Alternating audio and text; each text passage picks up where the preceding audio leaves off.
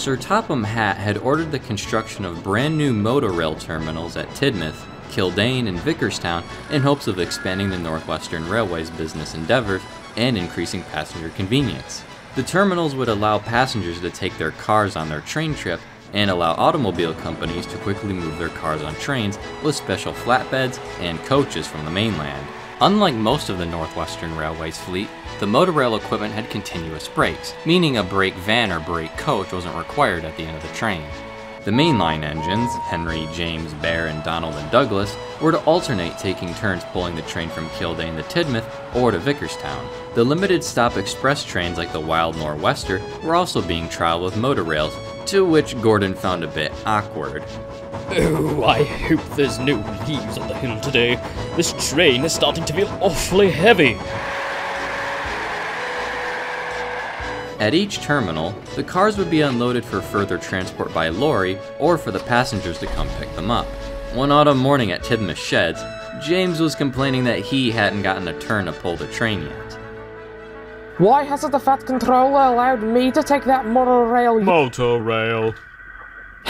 Motorail train yet? It'd be nice to go fast for a change because lately I've been stuck on nothing but stopping passenger trains and slow goods trains. Oh, will you please shut up? It seems as if that's the only thing you know how to talk about anymore. We all know you want to show off because it's the hot new train.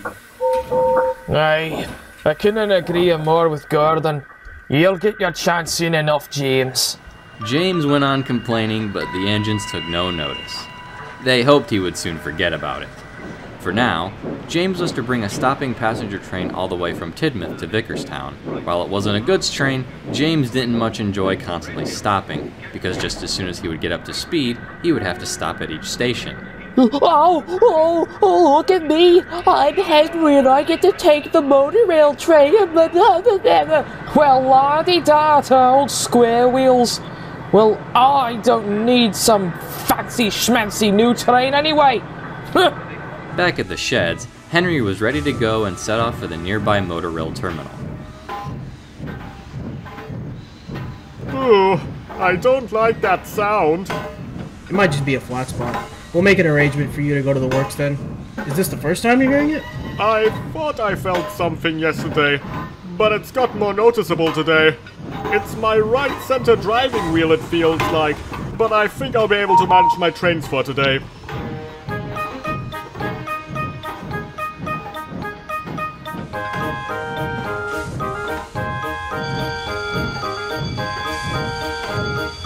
At the terminal, the coaches were all loaded and Henry gently buffered up. He soon set off for Vicarstown.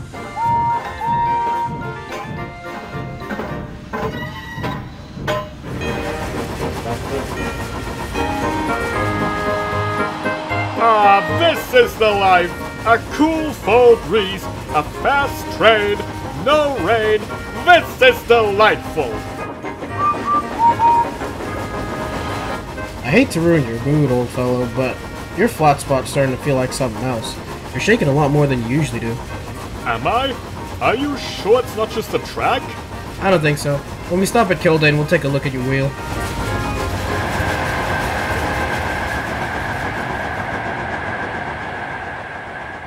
At Killdane, Henry was to collect more motorail coaches and flatbeds. His train was bound for a car dealership at Vicarstown. Good morning, Henry. I'll get those monorail coaches ready on your trip. Say, Henry, you're making an awful clanking noise. I'm aware of that, Thomas. My crew will be looking at it soon as we... Whoa, driver! Are we stopping? Henry's driver hadn't been paying attention, and when he was, he brought the train to a rather rough and abrupt stop.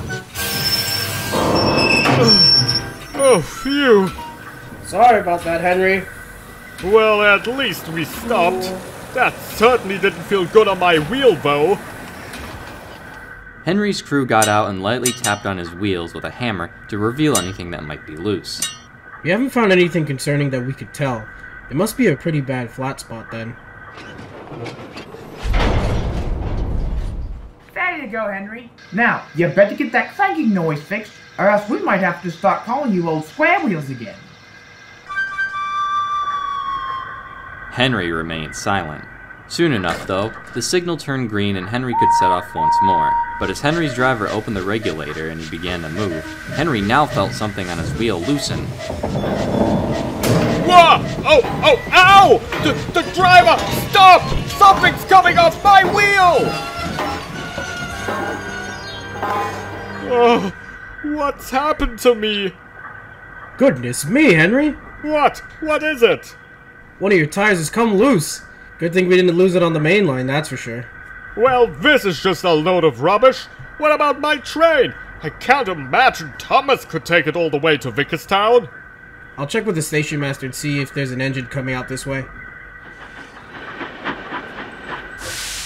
Don't you think about saying anything smart. I wasn't planning on it. I was just trying to come and see what happened. How did you manage that anyway? The tire must have been warped or worn is my guess. I've been on loads of fast trains lately, and then that hard stop a bit ago must have done it. Do you feel alright? Well, it's certainly uncomfortable, but nothing terrible. To be honest, I feel bad as if I jinxed you calling you old square wheels earlier.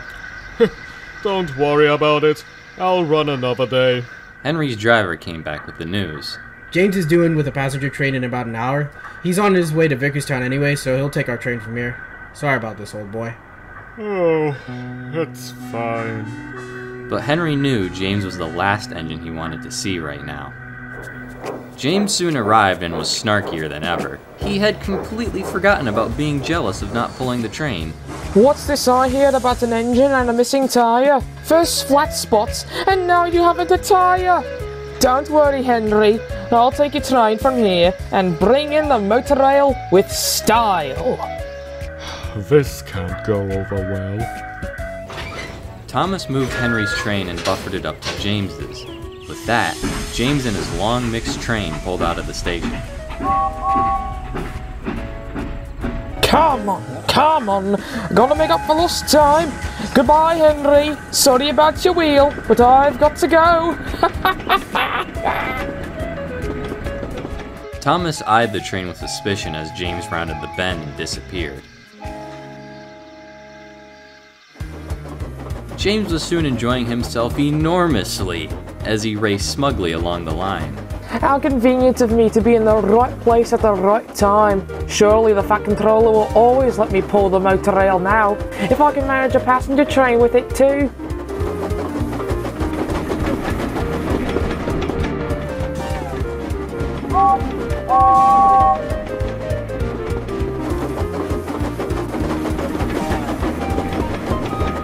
But with all this extra weight, James found himself overshooting the platform at Kelsthorpe.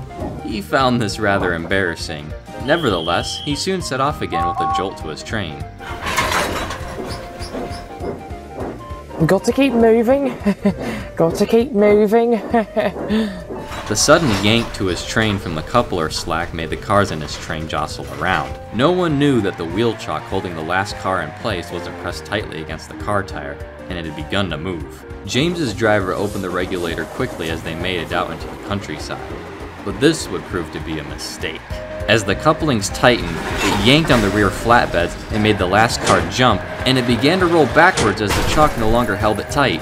The last car rolled onto the main line and landed right on top of the sleepers. James's crew heard the crashing noise and brought the train to a stop. The guard went back to the station to protect the line from other trains, and the driver and fireman told James what had happened. Oh dear. What will the Fat Controller think when he hears about this? James's crew gathered some spare sleepers from the station and built a makeshift ramp to push the dented and scratched car back onto the flatbed. They resecured the car and continued to Vicarstown. James now found himself not wanting to go so fast as he initially planned. At the big station, he let off his passengers and shunted the Motorail equipment into the terminal. The damaged car was parked in the lot for further inspection. James now felt rather guilty for being so careless. Later that night at Tidmouth Sheds, the Fat Controller spoke to James. James? James?